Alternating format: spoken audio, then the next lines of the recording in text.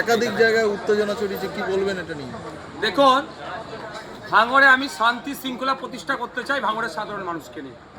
এই আহ্বান করেছি ভাঙড়ের 1,26,555 জন আমাকে ভোট দিয়েছিল। তার বাইরে যারা অনেকে ভোট দিয়েছে আমাকে ছাড়া অন্যদেরকে, প্রত্যেকের আমি এখন অভিভাবক তথা বিধায়ক। ভাঙড়ে শান্তি প্রতিষ্ঠা করার দায়িত্ব হচ্ছে আমাদের প্রত্যেকের।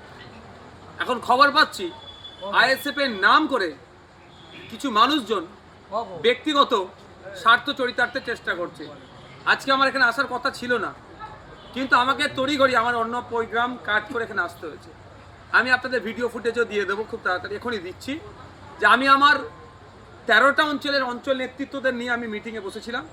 দীর্ঘক্ষণ ধরে মিটিং করেছি, তাদেরকে কড়া নির্দেশনা দিয়েছি আমি, যে তাদেরকে দেখতে হবে। তারা এটা বলেছে যে তাদের অজান্তি কিছু অসাধু মানুষ আইএসএফ সেজে এই ধরনের অত্যাচার সাধারণ মানুষকে করেছে, যারা তৃণমূলের। বা এটা হয়েছে পারিবারিক অশান্তি হয়েছে, এখন সে আইএসএফ সেজে গিয়ে তার অন্যজনকে মারধর করেছে।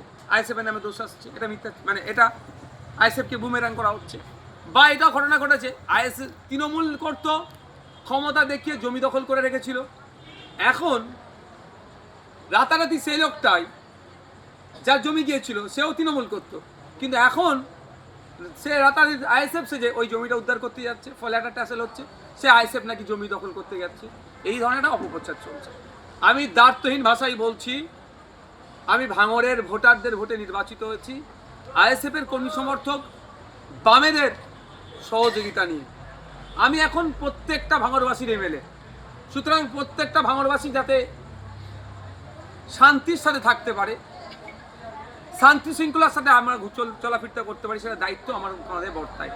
তাই আপনাদের বলবো, আপনাদের মাধ্যমে সাধারণ মানুষের কাছে, কারো পারিবারিক হোক বা সামাজিক হোক কোনো অশান্তি যদি হয়, যদি আইএসএফ এর কোনো নেতৃত্ব যুক্ত থাকে, সরাসরি আমাদেরকে জানাতে পারেন। তার বিরুদ্ধে কি ব্যবস্থা নিয়ে আপনারা দেখবেন। আজকে আমি যতক্ষণ পর্যন্ত ঘুমাচ্ছিলাম, তারপরে ঘুম ভাঙার পরেই ভাঙড়ের একাধিক মানুষজন আমাকে, বিশেষ অনেক সাংবাদিক বন্ধুরা ফোন করেছিল সে বিষয়টা নিয়ে। সাথে সাথে আমি আমার অ্যাডমিনকে দিয়ে ভাঙড়ের একাধিক জায়গার মানুষজনকে আমার ফোন অ্যাটেন্ড থেকে শুরু করে আমার নাম্বারও আমি শেয়ার করে দিয়েছি, যে কোনো ইনসিডেন্ট যদি ঘটে আমাকে ফোন করুন, আমি তৎক্ষণিক সেটাকে করবো। অনেকে ফোন করেছে, তবে এটাও আপনাদের বলছি, ফোন করে হাউমাউ করছে, বাড়ি ভাঙচুর করে দিয়েছে। আমি বলছি একটা বাড়ি ভাঙার ছবি আমাদের অন্তত পাঠান, আর কে ভেঙেছে। পরে দেখছি বাড়ির ছবি দেয়নি, একটা কলা গাছে দেখে ভেঙে আছে তার ছবি দিচ্ছে। এই ধরনেরও না অপপ্রচার হয়ে যায়, গুজব না হয়, অনুরোধ এটাও আমি করব। ভাঙড়কে শান্তিতে রাখা, ভাঙড়ের সম্মান রক্ষার দায়িত্ব প্রত্যেকেরই, তাই প্রত্যেককে আমাদের এগিয়ে আসতে হবে। আমি পরিশেষে আবারও বলছি, যদি আইএসএফ এর কোনো ছেলে কোনো মানুষের উপরে আক্রমণ করে, আমাদেরকে উপযুক্ত প্রমাণ সহকারে দেবেন, সে পার্টির মধ্যে থাকবে না। এটা আমি জোর গলায় বলছি মিডিয়ার মাধ্যমে। আমি ভাঙড়ে হিংসা করতে চাই না, ভাঙড়ে শান্তি প্রতিষ্ঠা করতে চাই। তবে একটা কথা বলি, আজকে যে ঠিক এর উল্টো হতো, সারা রাজ্যে তৃণমূলময়, ভাঙড়ে তৃণমূল জিতেছে, তাহলে কি হতো? এতক্ষণ 20-50টা লাশ আইএসএফ এর ছেলেদের ফেলে দিত, কিন্তু আমাদের আইএসএফ এর ছেলেরা যথেষ্ট সংযত, ওই হিংসা করেনি। গতবারে নির্বাচনে 2021-এ আপনারাই দেখিয়েছেন পোস্টপল ভায়োলেন্স কি হয়েছে। ক্যানিং পূর্বে ওই শওকত সাহেব নোটোরিয়াস ক্রিমিনাল যে আখ্যাটা কেন পেল? বাড়ি ভাঙে, বাড়ি তো ভাঙচুর করেছে, মাটি তুলে ওখানে পুকুর বানিয়ে দিয়েছে। আমরা কিন্তু হিংসা করিনি, ওই আর করবো না। হিংসা দিয়ে হিংসাকে জয় করা যায় না। রাজ্য জুড়ে আপনিও তো ভোটের আগে প্রচার করেছিলেন, কি মনে হচ্ছে তৃণমূলের এত ভরাডুবির কারণ কি?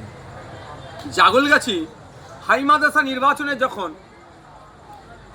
নমিনেশন ফর্ম জমা করার ডেট ছিল, থানার সামনে যেভাবে তৃণমূলের লোকজন আক্রমণ করেছিল, সেই সময় একটা কথা বলেছিলাম, যে একটা সামান্য মাদ্রাসার অভিভাবক নির্বাচনে যদি এরা এই গুন্ডাগার্দি দেখায়, তাহলে সাধারণ মানুষের প্রতি এদের কোনো কনফিডেন্স নাই।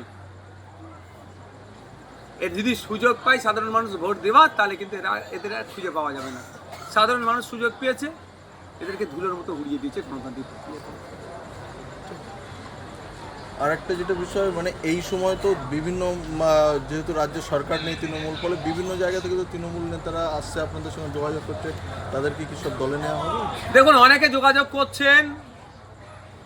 আমি এতটুকু কথা বলতে পারি যে আমরা দলে নেওয়ার ক্ষেত্রে বিবেচনা করব তার ব্যক্তিত্ব, তার পাস্ট রেকর্ড, কতটা কি করেছেন, দুর্নীতি যুক্ত না দুর্নীতি মুক্ত, এইসবগুলো বিবেচনা করে অবশ্যই আমরা যারা যদি আইএসএফের আদর্শ মেনে আইএসএফের ছায়াতলে থেকে হিংসা মুক্ত সমাজ ব্যবস্থা গড়ার যে আমাদের লক্ষ্য, সেই সমাজ ব্যবস্থা গড়তে যদি আইএসএফ পরিবারে আসতে চাই, নিশ্চিতভাবে এটুকু বলে রাখি পজিটিভ আমাদের দিক থাকছে। অভিষেক ব্যানার্জি নিজে ভাঙড়ে এসে বলেছিলেন 4 তারিখের পর ডিজে বাজবে, সেই বিষয়টি নিয়ে কি বলবেন? দেখুন, আমি ডিজেটাকে উনি কীভাবে বাজাতে চেয়েছে বলতে পারবো না। যে ডিজেকে আমরা জানি সেটা আইন বহির্ভূত। আমি বারবার বলি ডিজে বাজানো যাবে না ওই জন্য।